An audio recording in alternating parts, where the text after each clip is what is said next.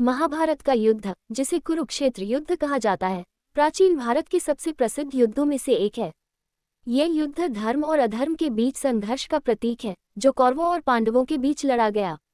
इसका वर्णन महाभारत ग्रंथ में विस्तृत रूप से किया गया है।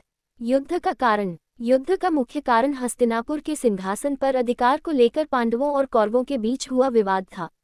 कौरवों के प्रमुख दुर्योधन ने पांडवों को उनका राज्य देने से इनकार कर दिया।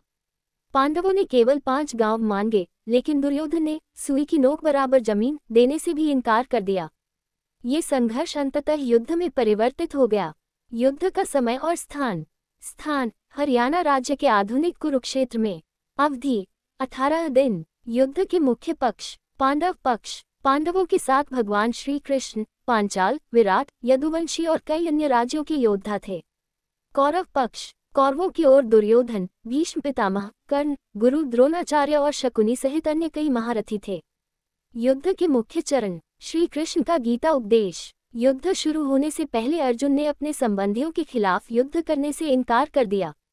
तब भगवान श्री कृष्ण ने उन्हें भगवद गीता का उपदेश दिया, जिसमें धर्म, कर्म और मोक्ष के सिद्धांतों की व्याख्या की। 18 दिन का युद्ध। प्रत्येक दिन युद्ध का एक नया मोर्चा था। सबसे प्रमुख घटनाएं। भीष्म का पतन पांडवों की मदद से। अभिमन्यु का चक्रव्यूह में शौर्य और वीरगति। कर्ण और अर्जुन का भीषण युद्ध। दुर्योधन का गदा युद्ध और उसकी मृत्यु। युद्ध का परिणाम। युद्ध के अंत में पांडवों की जीत हुई। कौरव कुल नष्ट हो गया। धर्म की विजय हुई और अधर्म का अंत। युद्ध के मुख्य संदेश। सत्य और धर्म की विजय हमेशा होती है, भले ही रास्ता कठिन और लंबा क्यों न हो। कर्म ही जीवन का मुख्य उद्देश्य होना चाहिए। अहंकार और अन्याय का अंत अवश्य होता है। ये युद्ध न केवल एक ऐतिहासिक घटना है, बल्कि मानवीय जीवन, कर्तव्य और आध्यात्मिकता का